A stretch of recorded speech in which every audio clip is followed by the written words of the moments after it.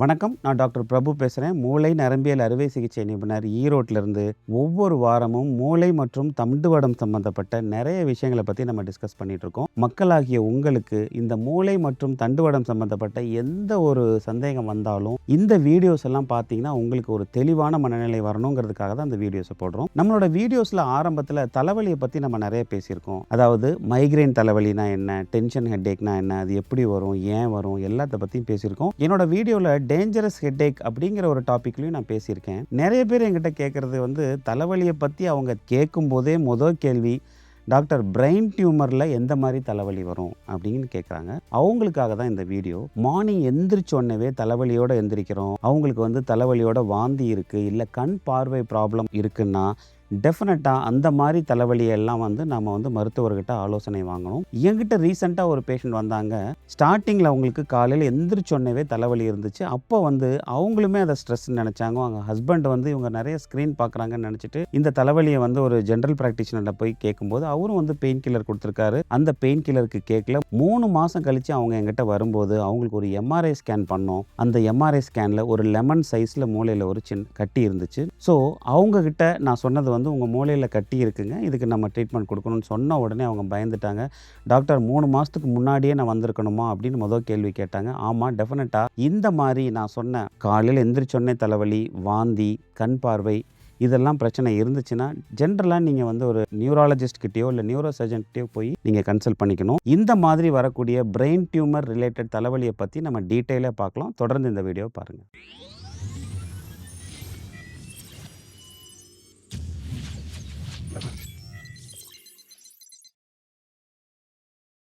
ஜென்ரலாக brain tumour அப்படிங்கிற பிரச்சனையில் எந்த சிம்டம் ஃபஸ்ட்டு வரும் அப்படிங்கிறத நீங்கள் எல்லாரும் தெரிஞ்சுக்கணும். அதே மாதிரியே பிரெயின் டியூமரில் வர தலைவலி மற்ற தலைவலி, அதாவது நார்மலான தலைவலி, அதாவது மைக்ரைன் தலைவலி, டென்ஷன் தலைவலி எப்படி டிஃப்ரென்ஷியேட் பண்ணுறது அப்படிங்கிறத நீங்கள் தெரிஞ்சுக்கணும். அடுத்தது பிரெயின் டியூமர் பிரச்சனையில் வரக்கூடிய சின்ன சின்ன மற்ற விஷயங்கள், அதாவது தலைவலியை தவிர்த்து வரக்கூடிய சின்ன சின்ன மற்ற விஷயங்கள். ஏன்னா இந்த சின்ன சின்ன மற்ற விஷயங்கள் பிரெயின் டியூமரை நம்ம டயக்னோஸ் பண்ணுறதுக்கு ரொம்ப முன்னாடியே, சில மாதங்களுக்கு முன்னாடியே நமக்கு வர ஆரம்பிக்கும். ஸோ அதையும் எப்படி கண்டுபிடிக்கிறது அப்படிங்கிறத நீங்கள் தெரிஞ்சுக்கணும். என்னடா டாக்டர் இந்த வீடியோவில் நம்மளை பயமுறுத்துறாரே அப்படின்னு நினைக்கிறீங்களா? கண்டிப்பாக அப்படி நினைக்க வேண்டாம். ஏன்னா education is to empower you, not to scare you. இந்த வீடியோ உங்களை பயமுறுத்துறதுக்காக கிடையாது. சில முக்கியமான விஷயங்களை நீங்கள் எளிதாக எடுத்துக்கக்கூடாது அப்படிங்கிறதுக்காக தான் இந்த வீடியோவை நான் உங்களுக்கு சொல்கிறேன். ஏன்னா ஒரு நியூரோ சர்ஜனாக நான் நிறைய பிரெயின் டியூமர் சர்ஜரி பண்ணியிருக்கேன். அந்த பிரெயின் டியூமர் சர்ஜரியே சிம்பிளாவோ இல்லை காம்ப்ளிகேட்டடாவோ இருக்கிறதுக்கு முக்கியமான காரணம் அந்த பிரெயின் டியூமரை நம்ம லேட்டாக டயக்னோஸ் பண்ணுறது தான். இந்த விஷயங்கள்லாம் உங்களுக்கு தெரிஞ்சிச்சுன்னா சீக்கிரமாகவே நீங்கள் டாக்டர்கிட்ட கொண்டு போய் உங்கள் பிரச்சனையை சொன்னீங்கன்னா உங்கள் ப்ராப்ளத்தை எளிதாக கண்டுபிடிச்சு சிம்பிளான சர்ஜரியில் சரி பண்ண முடியும். இல்லைன்னா ரொம்ப லேட் ஸ்டேஜில் போகும்போது அது உங்களோட உயிருக்கே ஆபத்தாகலாம். இல்லைன்னா அந்த ஆப்ரேஷன் ரொம்ப காம்ப்ளிகேட்டடாக இருக்கலாம். டாக்டர் எனக்கு ஹெட்டேக் இருக்குது, அதனால எனக்கு பிரெயின் டியூமர் இருக்குமோ அப்படின்னு நீங்கள் நினச்சிங்கன்னா கண்டிப்பாக கிடையாது.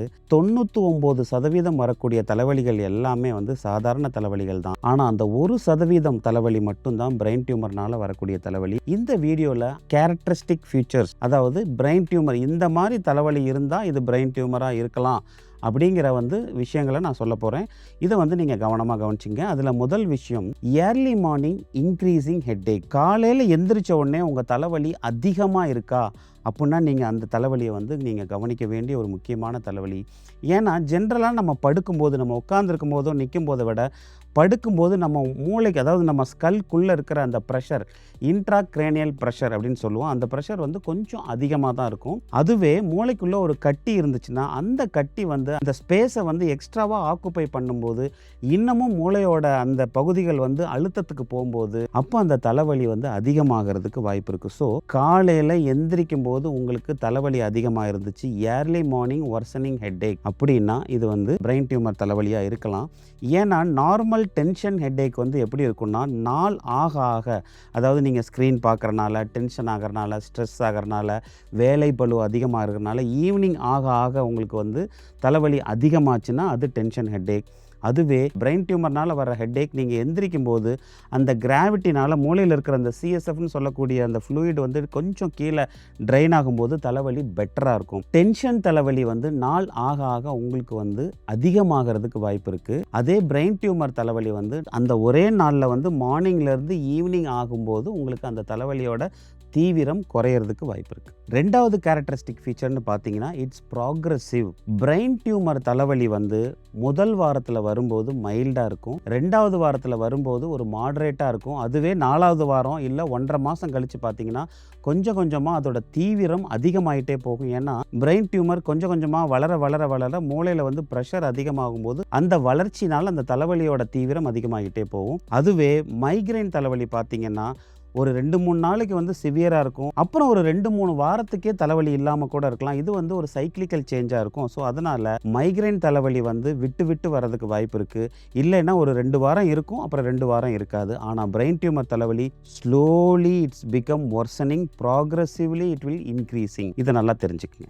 மூணாவது முக்கியமான characteristic features, brain tumour headaches does not respond to pain killers. அதாவது இந்த வலி மாத்திரைகள் இருக்குது பார்த்தீங்களா, இந்த டோலோ 650, காம்பிஃப்ளாம், இதெல்லாம் போடும்போது வந்து டென்ஷன் தலைவலி நல்லா ரெஸ்பாண்ட் ஆகும், வலி நல்லா குறையும், சம்டைம்ஸ் திருப்பி வராது. ஆனால் இந்த பிரெயின் டியூமர் தலைவலி ஆரம்பத்தில் வந்து இந்த பெயின் கில்லர்ஸ்க்கு கேட்குற மாதிரி இருந்தாலும் கொஞ்ச நாள் ஆக ஆக நீங்கள் இதுவே ஒரு வீக்ஸ் ஆர் மந்த்ஸ் நீங்கள் இந்த பெயின் கில்லர் போட போட இந்த தலைவலி வந்து அந்த பெயின் கில்லருக்கு கேட்காது. இது ரொம்ப முக்கியமான விஷயம். 4வது கேரக்டரிஸ்டிக் ஃபீச்சர்னு பார்த்தீங்கன்னா ப்ரொஜெக்டைல் வாமிட்டிங். அதாவது இந்த மாதிரி பிரெயின் டியூமர் இருக்கிற பேஷண்ட்டுக்கு வந்து சடனாக வித்தவுட் எனி வார்னிங் சைன், அதாவது நாசியா அண்ட் வாமிட்டிங், அதாவது வயிற்ற பரட்டி வாந்தி வரும்னு நம்ம சொல்லுவோம் இல்லையா, அந்த மாதிரி இல்லாமல் அந்த பேஷண்ட் சடனாக ஒரு வாமிட்டிங் பண்ணுவாங்க.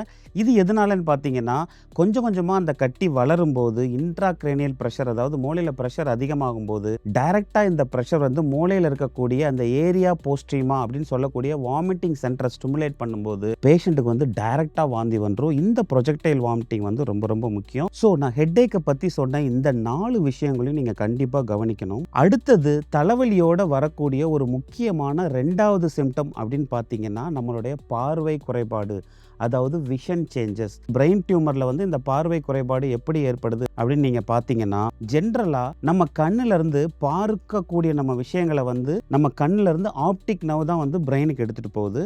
இந்த பிரெயின் டியூமர் இருக்கிறனால பிரெயினில் ப்ரெஷர் அதிகமாகும் போது இந்த ப்ரெஷர் வந்து அந்த ஆப்டிக் நர்வை சுற்றி இருக்கிற அந்த உரையிலையும் வந்து கண்டக்ட் ஆகுது. அதாவது ஜென்ரலாக ஆப்டிக் நர்வ் வந்து நம்ம ஸ்கல்லில் வந்து ஒரு நேரோ கெனால் வழியாக தான் உள்ளே போகுது. ஸோ பிரெயினில் ப்ரெஷர் ஆகும்போது அந்த ப்ரெஷர் வந்து இந்த நேரோ கனால் வழியாக போகிற அந்த ஆப்டிக் நர்வுக்கு டிரான்ஸ்மிட் ஆகும்போது விஷன் சேஞ்சஸ் வருது. அதுவும் குறிப்பாக எந்த மாதிரியான பார்வை குறைபாடு வரும் அப்படின்னு நீங்கள் பார்த்தீங்கன்னா பெரிஃபரல் விஷன் வந்து ஃபஸ்ட்டு பாதிக்கும். அதாவது நம்ம என்ன பண்ணுவோம், வண்டியில் 2 வீலர்லேயோ இல்லை காரில் போகும்போது நம்ம ரியர் வியூ மிரரில் பின்னாடி வர்ற வெஹிக்கிளை நம்ம ஈஸியாக பார்ப்போம் இல்லையா. இந்த பெரிஃபரல் விஷன் பாதிக்கும் போது நீங்கள் ஜென்ரலாக ஃபாஸ்ட்டாக பார்க்குற மாதிரி வந்து உங்களால் பார்க்க முடியாது. ஏன்னா அந்த அவுட் சைடு விஷன் பாதிக்கப்படும் போது கிளாஸ்லேருந்து பின்னாடி வர்ற அந்த வண்டியையோ இல்லை நபரையோ உங்களால் பார்க்க முடியாமல் போகலாம். அதே இது நீங்கள் வந்து ஒரு புத்தகத்தை படிக்கும்போது சென்டரில் பார்க்குற மாதிரி அந்த பெரிஃபரலில் இருக்கக்கூடிய அந்த புத்தகத்தோட ஓரத்தில் இருக்கிற அந்த எழுத்துக்கள் வந்து உங்களுக்கு சரியாக தெரியாமல் இருக்கும். நீங்கள் ஜென்ரலாக என்ன நினைப்பீங்க, ஓகே நம்ம கண் பார்வையில் ஏதோ ஒரு பிரச்சனை இருக்குன்னு சொல்லிட்டு நீங்கள் கண் டாக்டர்கிட்ட போவீங்க. கண் டாக்டர் வந்து உங்கள் பவரை செக் பண்ணி பார்த்துட்டு ஒரு கிளாஸை ப்ரிஸ்கிரைப் பண்ணுவாங்க.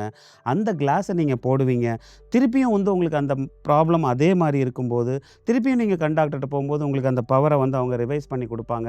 ஸோ கொஞ்சம் நாட்கள் கழித்து ஜென்ரலாக நீங்கள் வந்து ஓஹோ இந்த பிரச்சனை வந்து கண் பார்வையில் இல்லை, அதையும் தாண்டி பிரெயினில் இருக்குது அப்படின்னு நீங்கள் நினச்சி அப்புறம் கடைசியாக நீங்கள் வந்து பிரெயின் டாக்டர்கிட்ட போகும்போது நாங்கள் எம்ஆர்ஐ ஸ்கேன் பண்ணும்போது தான் அந்த மூளை கட்டியை நம்ம கண்டுபிடிக்க முடியும். இப்படி நீங்கள் வரும்போது ஆல்ரெடி கொஞ்சம் நாட்கள் உங்களுக்கு வந்து இந்த பார்வை பிரச்சனையை வந்து நீங்கள் தவறாக நினச்சதுனால உங்களுக்கு வந்து 2-3 மாதங்கள் வந்து வேஸ்ட் ஆகிறதுக்கு வாய்ப்பு இருக்குது. இன்னொன்று வந்து இந்த பார்வை பிரச்சனை ஜென்ரலாக எப்படி இருக்குன்னா நீங்கள் ஒரு டர்ட்டி விண்டோ, அதாவது ஒரு கலங்கப்பட்ட ஒரு ஜன்னல் வழியாக நீங்கள் வெளியில் பார்க்குறது. சில பேர் என்ன நினைப்பாங்க, நம்ம ஃபோனோட டிஸ்பிளே சரியில்லைன்னு நினைப்பாங்க. சில பேர் வந்து நமக்கு ஏஜ் ஆகுது. ஸோ இந்த மாதிரி நிறைய விஷயங்கள் வந்து நம்மளை வந்து இந்த பார்வை குறைபாட்டை வந்து ஒரு சரியான ஒரு மருத்துவர்கிட்ட எடுத்துகிட்டு போகிறதுக்கு ஒரு டிலே ஆகிறதுக்கு ஒரு வாய்ப்பாக இருக்கும். ஸோ அதனால் நீங்கள் இந்த மாதிரி உங்களுக்கு வந்து அதாவது தலைவலியோட சேர்ந்து கண் பார்வை குறைபாடும் வந்துச்சுன்னா, டெஃபினட்டா நீங்க வந்து ஒரு நியூராலஜிஸ்ட் கிட்டயோ, இல்ல ஒரு நியூரோ சர்ஜன்ட்டயோ போயி, உங்க கண் பார்வைய செக் பண்ணி, நீங்க அதுக்கான ஒரு டயக்னோஸ்டிக் டெஸ்ட் எம்ஆர்ஐன்னு சொல்லக்கூடிய அந்த டயக்னோஸ்டிக் டெஸ்ட் பண்ணி, உங்க மூளையில கட்டி இருக்காங்கிறத நீங்க உறுதிப்படுத்திக்கணும். எனக்கு தெரிஞ்ச ஒரு 28 வயசு கிராஃபிக் டிசைனர், அவருக்கு குறிப்பா வந்து இந்த கலர்ஸ் ஐடென்டிஃபை பண்றதுல டிஃபிகல்ட் இருந்துச்சுன்னு சொல்லி, இனிஷியலா அவர் என்ன பண்ணாரு, தன்னோட கம்ப்யூட்டர் ஸ்க்ரீன்ல தான் ப்ராப்ளம்னு நெனச்சுட்டு கம்ப்யூட்டர் ஸ்க்ரீன மாத்துனாரு. அப்பயும் தெரியலன்னு சொல்லி அவர் வந்து கண் டாக்டர்ட்ட போய் கிளாஸ் சேஞ்ச் பண்ணாரு. அப்பயும் அவருக்கு சரியான அந்த கலர் ஐடென்டிஃபிகேஷன்ஸ் இல்லன்னு சொல்லிட்டு என்கிட்ட கிட்டத்தட்ட 4 மாசத்துக்கு அப்புறம் வந்தாரு. அப்போ அவருக்கு நான் எம்ஆர்ஐ பண்ணி பார்க்கும்போது, அவருக்கு வந்து இந்த கண் நரம்பு அழுத்திட்டு இருக்கிற அந்த ஆப்டிக் கயாஸ்மான்னு சொல்லுவோம். அந்த இடத்துல வந்து ஒரு டியூமர் இருந்துச்சு. அந்த டியூமர வந்து நாங்க கண்டுபிடிச்சு, அதுக்கப்புறம் ஆப்ரேஷன் பண்ணோம். இத நான் ஏன் சொல்ல வரேன்னா, 4 மாதங்கள் ஆச்சு அவர் என்கிட்ட வர்றதுக்கு. அதுக்கப்புறம் நான் வந்து அந்த டியூமர கண்டுபிடிச்சு ஆப்ரேஷன் பண்ணும்போது, கொஞ்சம் அந்த சர்ஜரி வந்து காம்ப்ளிகேட்டடா இருந்துச்சு. இருந்தாலும் அந்த பேஷண்ட்டுக்கு நல்லபடியா சர்ஜரி பண்ணி அவர காப்பாத்திட்டோம். இதனால நீங்க தெரிஞ்சுக்க வேண்டியது, தலைவலியோட விஷுவல் ப்ராப்ளம் வந்துச்சுன்னா, டெஃபினட்டா நீங்க வந்து உடனடியா வந்து மருத்துவரை அணுகி நீங்க அத பார்க்கணுங்கிறது தான் என்னோட வேண்டுகோள். இந்த வீடியோ மூலமா நான் உங்களுக்கு சொல்லிக்கிறது என்னன்னா, பிரெயின் டியூமர்ல வர தலைவலி வந்து டெஃபினட்டா ஒரு டிஃபரண்டான தலைவலி. அதே சமயம் அந்த தலைவலியோட கேரக்டரிஸ்டிக் நம்ம பார்த்தோம் இல்லையா? 4 கேரக்டரிஸ்டிக். இந்த 4 கேரக்டரிஸ்டிக்கோட வரக்கூடிய தலைவலியும், அது கூட வந்து பார்வை குறைபாடும் வந்துச்சுன்னா, உடனடியா நீங்க வந்து நியூராலஜிஸ்ட்டையோ இல்ல நியூரோ சர்ஜனையோ அணுகி, நீங்க ஆலோசனை பெற்று, இது பிரெயின் டியூமரா இல்லையாங்கிறத கண்டுபிடிச்சு, அதுக்கான சிகிச்சை எடுத்துக்கணுங்கிறது தான் இந்த வீடியோல மக்களாகிய உங்களுக்கு நான் தெரியப்படுத்தக்கூடிய ஒரு விஷயம். இன்னும் பிரெயின் டியூமர்ல வரக்கூடிய மத்த சில சின்ன சின்ன விஷயங்கள் என்னங்கிறத நம்ம அடுத்த வீடியோல பார்ப்போம். தொடர்ந்து இணைந்திருங்கள்.